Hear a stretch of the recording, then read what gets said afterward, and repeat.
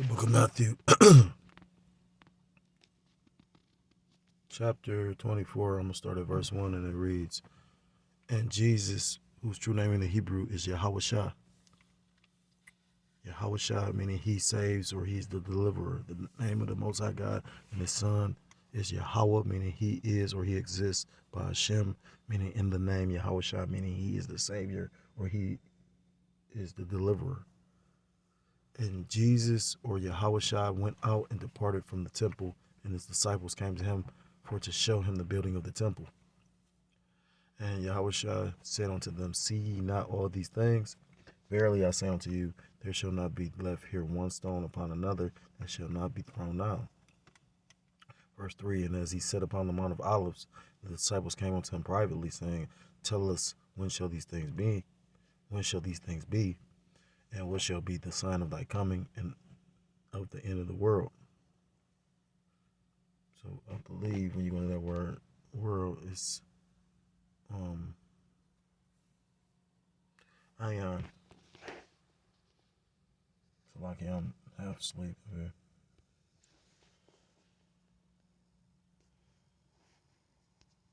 I have to get that in something else. Now I'm curious. That's why brothers constantly go through the scriptures, because this is a lot of information, and ion.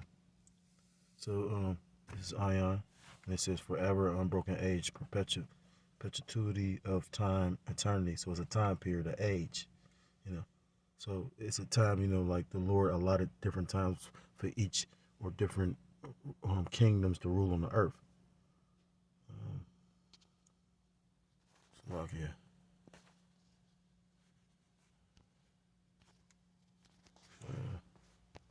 Back in Exodus. It says, verse 4, And Yahushua answered and said unto them, Take heed, and no man deceive you, for many shall come in my name. For many shall come in my name, saying, I am Mashiach, and shall deceive many. The point, verse 6, And ye shall hear of wars and rumors of wars. See that ye be not troubled, for all these things must come to pass, but the end is not yet. Because we know that we are in the end, because certain things are coming to pass, but it's other things that must come to pass, as well. And mainly, the scriptures talk about in Habakkuk chapter 2, for the vision that's for a appointed time, in the prophecy. And it's a major prophecy that we must basically, see come to fruition, and be put in that situation to be tempted to either overcome or to succumb to it. That major prophecy, which is the sihep, or the charagma, the grain of rice. I'm going to read this again. Verse 6, Matthew 24:6, And ye shall hear of wars and rumors of wars. See that ye be not troubled, for all these things must come to pass, but the end is not yet. I want to start off by giving all praise, all honor, and all glory to God, Elohim, Yahweh, Ba'ashem, Yahushai, Ba'ashem, Racha, Quadash, Barak, Thumb. Double honors to my apostles, the elders of the great millstone, who teach and do rule well. Peace and salutations to the Akim, across the four corners of the earth, pushing his truth with faith and with sincerity, as well as risking their lives and their freedom to do so, now more so than ever. Shalom to the Akim and the Akwath, out there listening and learning. Lord willingly, this is edifying. Shalom to the Israelite foreigners scattered abroad in the land of other nations, appearing like the other nations, but subscribing to this truth. To you I say shalom. Your brother Yahweh Sop out of the GMS Cleveland Church, a fellow servant, coming at you with another lesson through the Spirit and through the power of Yahweh Shem Yahshai. So this article, I've been following these different economists. One particular one is the individual named John Williams. And I've been trying to read the Spirit, but it's funny because I'm literally watching him, and he going into pretty much like everything we go into. Now, of course, certain people getting more censored. Like I watched this guy called the Economic Ninja. I don't even know his name. I'm just naming the channel's names. And I think he getting fucked with because he say certain little things. You know what I mean? He's like he having trouble uploading videos sometimes, and he always doing his videos in like weird locations. He's not like in his house or in his car. Well, he, every once in a while he's in his car, but for the most part he's like out in like open fields or in fields. He's like out, like how sometimes brothers have to do videos on location, Have to, like how the elders had to do videos, out and about on location. So, you know, and you'd be surprised, especially when it talks about in the scriptures about how their tongue should fall upon themselves.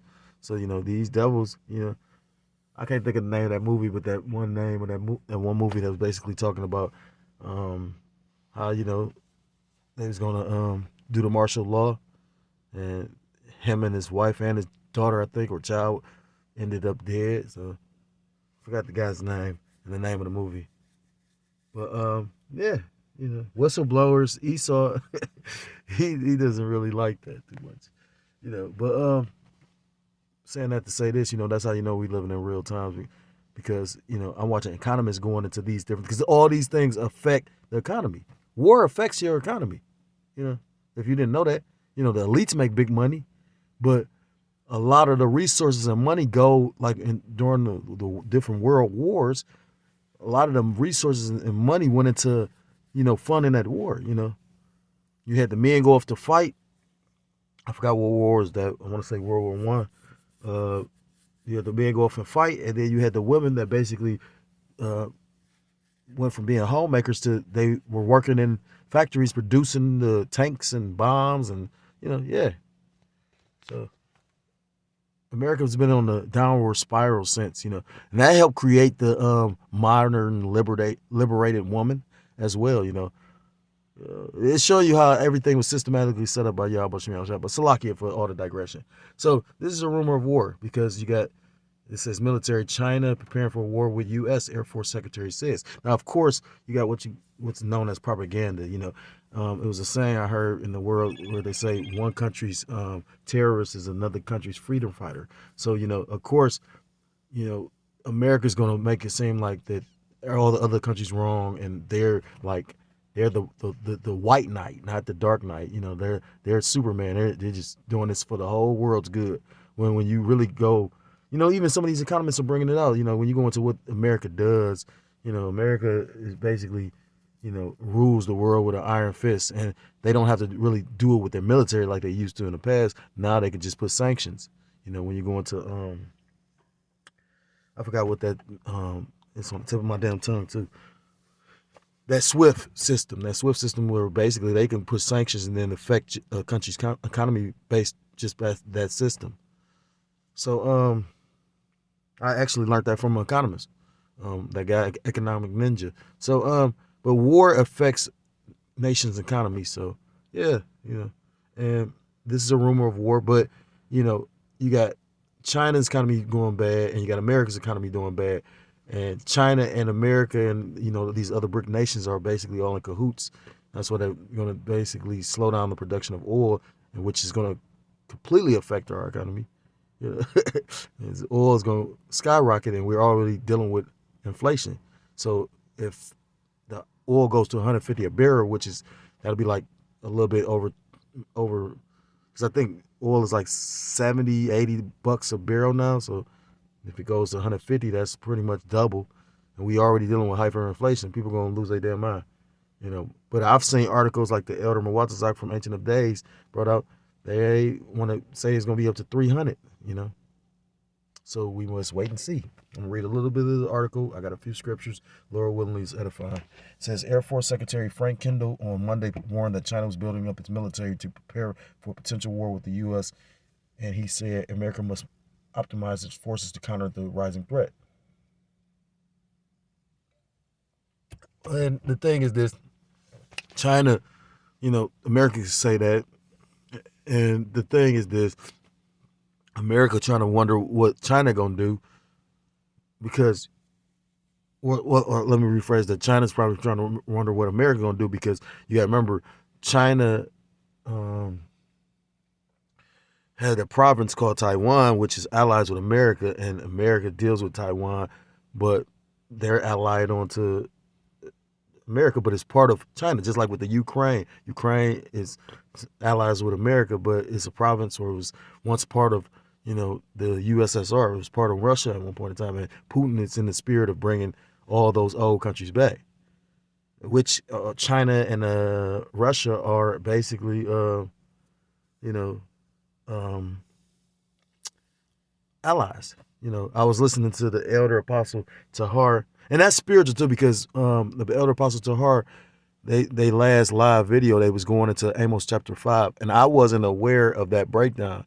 When you go into Amos 5 and 18, when you talk about woe to them that desire the day of the Lord, and he was going into how the bear and the snake, and the lion, what all they represent. And I believe he said the serpent was China, and the bear was Russia. So and then now this comes out. So you got Russia mentioned in the scriptures, Gog and Magog. You got China mentioned in the scriptures, the kings of the east. So it says, speaking at the Air and Space Forces Association Warfighter Symposium at National Harbor, MD Kendall said the U.S. must be ready for a kind of war we have no modern experience with, though he stressed war is not inevitable.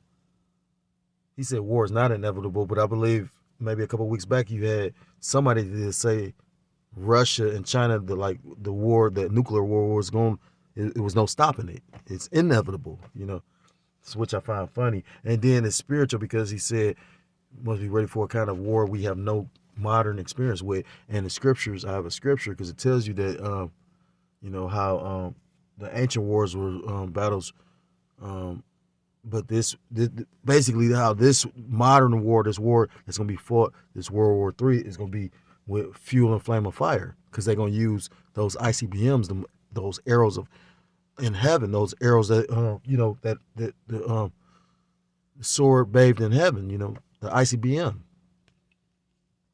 Our job is to deter that war and to be ready to win if it occurs, Kendall said. We're all talking about the fact that the air and space forces must change, or we could fail to prevent and might even lose a war. And it's inevitable for them to lose. Scriptures talking about how basically all the countries are going to shoot nukes on this place. So the point being, I've heard different things. They're talking about China was getting ready for war with America, but then I've heard how, because America's economy is crashing, they're going to try to start a war between Russia or with China. That's how bugged out these devils is, you know what I mean? And that's the spirit that the Lord has them in, because, again, you got the BRICS nations that's getting away from the petrodollar, and this devil is like a big spoiled brat. When he can't have his way, he gon' when he can't deceive, he's gonna come with the sword. Scriptures talk about his sword. He doesn't carry the sword in vain. So at the end of the day, I'm gonna get a couple of these scriptures. Because at the end of the day, it's ultimately the will of Yahweh Shem Yahushua. Exodus chapter 15 and verse 3. And it's the point. The Lord Yahweh Bashem Yahushua is a man of war. The Lord is his name. And, so that's a straight cut to those that say the Most High God is love and peace and all that. He's love and peace. He loves his, his apple of his eye. He loves when, those dwelleth in righteousness. He loves when brothers are brotherly. He loves a multitude of things. He loves certain particular things. He got a favorite people, a favorite flower, favorite animals. A favorite animal. But at the end of the day, he's not just, what's the word? They was talking about the guy. I'm extremely tired, so Salaki, forgive me if my brain ain't firing fast enough. But they was talking about that guy Spence, Errol Spence, about how he he's a one faceted fighter. He's not multifaceted, and the Most High, just like how an individual can be complicated, it's many sides to certain individuals. Nobody's just all good, all bad. It tells you in the scriptures that the Most High created both good and bad. And the Most High could use a person that's considered wicked to do something righteous, and vice versa. Somebody righteous to do something wicked. Look at David, for example. As righteous as David was, he did something very wicked that actually in the scriptures will get you put to death, coveting another man's wife. But not to digress. And then, like I said, ultimately it's going to end up with these, Russia and China, and certain other nations, you know, and you're seeing that forming now with the BRICS nations against basically Esau Edom, the American Edomite.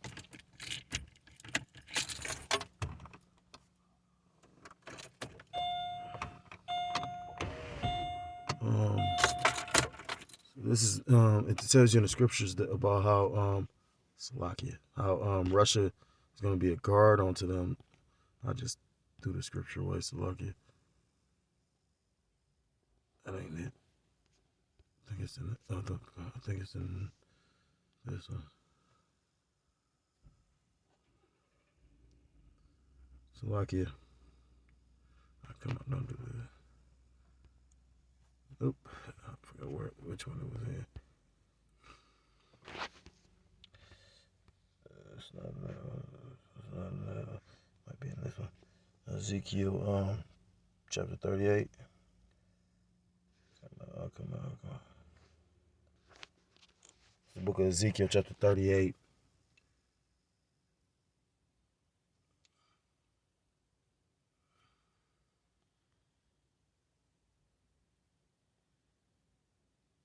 Bear with me for a second.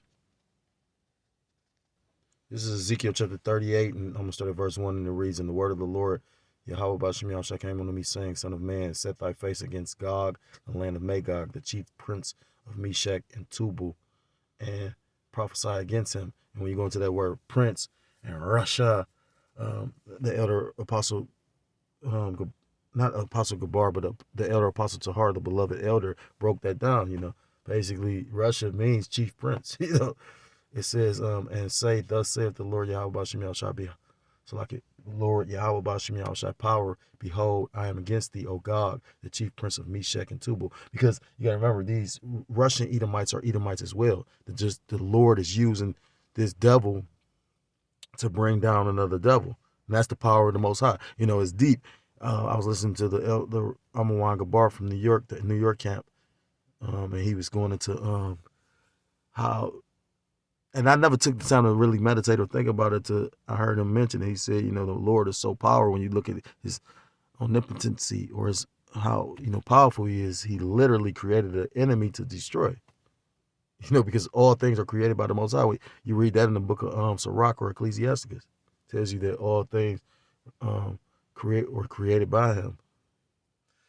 Verse 4, "And I will turn thee back and put hooks into thy jaws, and I will bring thee forth in all thine army, horses and horsemen, all of them clothed with all sorts of armor." So that's all his weaponry. So basically, you know, you had the ancient USSR that basically was broken up, but now you got Russia or Putin in the spirit of bringing all those nations back. And that's one of the reasons why you got this whole situation between Ukraine and Russia, because it was once a province or a part of the USSR. And America is basically allied with Ukraine. Now, the funny part is they're not ready to get into an all-out war with them. That's why they haven't intervened. You know what I mean? You know, they're sending aid, you know, they sending them weaponry, money, but they haven't. And I'm sure it probably is some boots on the ground, because they'll never tell you. You know what I mean? They might have you know, every country has a special forces. I remember I had a book like that when I was a younger man. You know, I used to live in the library, and it's funny how the Lord opened this truth up to me. But that's another story. At the end of the day, no, yeah, each country got it like the elite special forces. You know, sometimes they'll have special forces of one country train with another. It says, even a great company with bucklers and shields, and all of them handling swords. So that basically that's going into the weaponry. Persia, Ethiopia, and Libya, with them, all of them with shield and helmet. And I think, didn't Libya and Ethiopia just apply to be a part of the BRICS nation? And Persia, if I ain't mistaken, that's the spirit called loyal Bashir. So this thing is literally like playing out before our eyes. You know, Habakkuk chapter 2. You know, it says, Gomer and all his bands, the horse. Gomer and all his bands, the house of Togramar, and the north quarters and all his bands, and many people with thee. Be thou prepared, and prepare for thyself, thou and all thy company that are assembled unto thee, and be thou a guard unto them. So Russia is like the major superpower. You know, right now they they like neck and neck with Babylon the Great, aka America, and that's I mean, like, it's not coincidence that right at this moment they just basically Putin ready, like war ready that Satan 2 missile. So at any time, if some goofy shit jump off, he's saying he'll unleash that. And then you got Kim Jong Un saying how he is basically on side with Russia, and he's no matter what. So yeah, the Lord basically just he's setting more pieces into place to do what he do. I remember the elder apostle Gabar made mention of, because I saw that movie The Shadow. I never saw the old show like that, but talks about rules the minds of men. The Most High tells you that he directed the steps of men. So the Most High is setting up all the chess pieces for the ultimate game, till it's game over for Esau Edom, the so-called white man. It's Revelation chapter 14.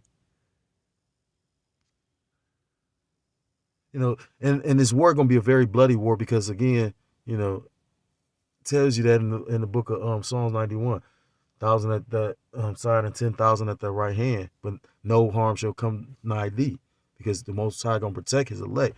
But it's gonna be a lot of death, killing, and destruction. You seeing the Lord setting it up now for the day of Jacob's trouble. Look how violence has increased in the earth. The spirits of war came back into the earth when Putin basically went to invade Ukraine.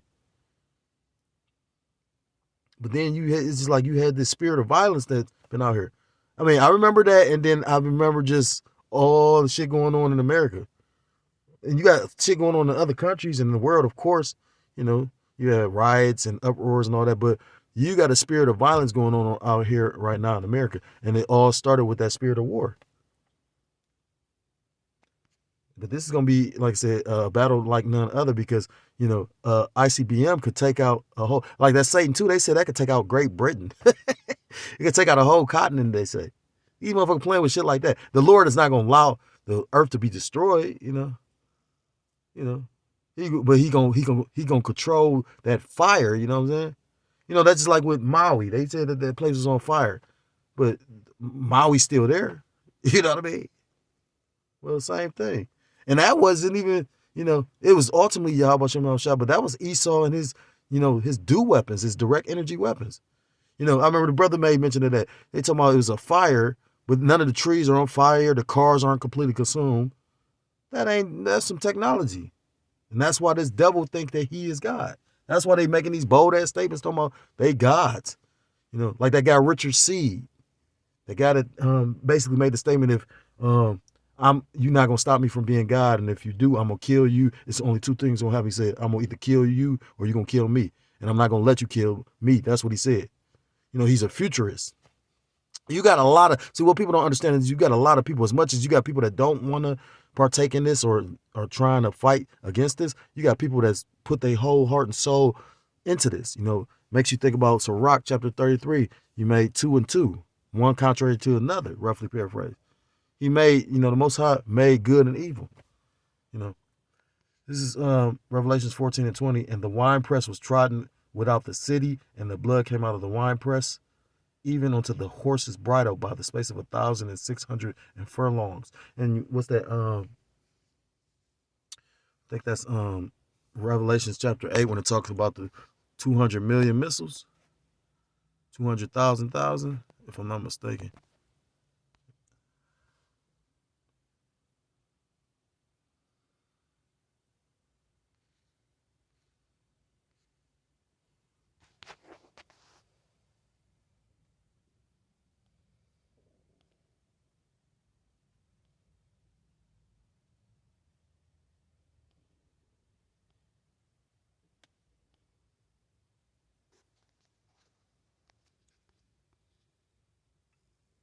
Salakia, Revelations 9 and 16, and the number of the army of the horsemen were 200,000.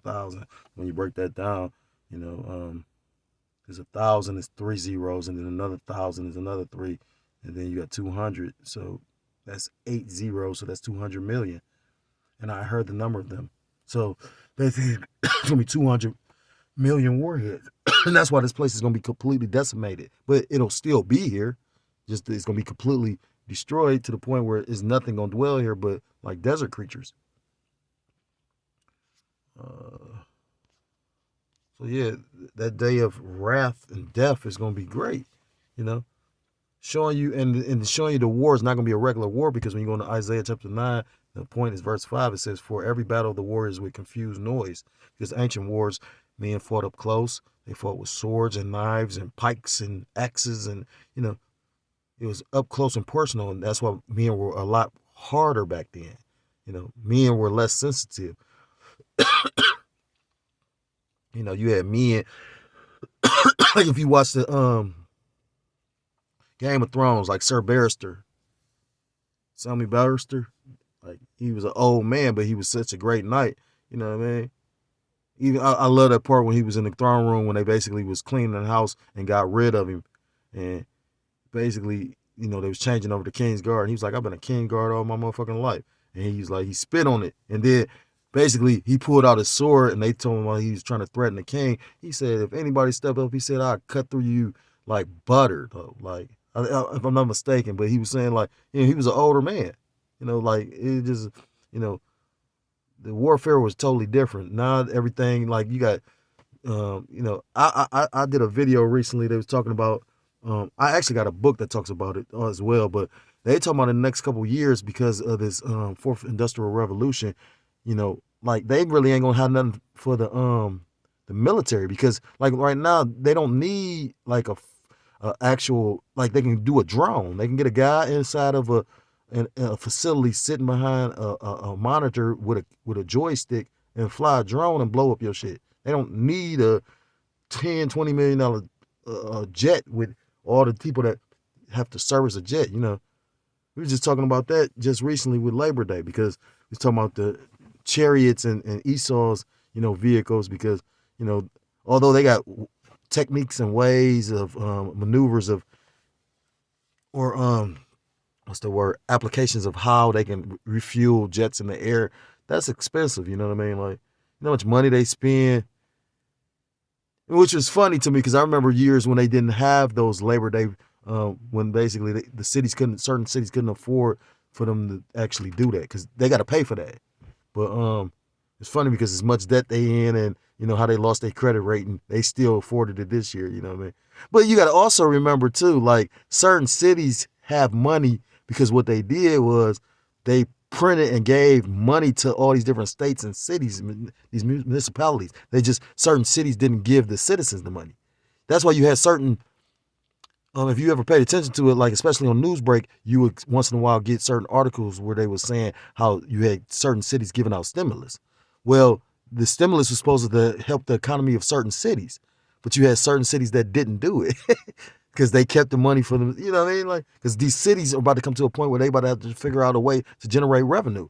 And I'm seeing in our city how they're going after these businesses. They're going after these businesses in a lot of different ways because somebody got to pay these taxes for this place to thrive. You know, currency is what keeps a city going. It says, for every battle of the warriors with confused noise and garments rolled in blood. So it was up close, personal, and bloody.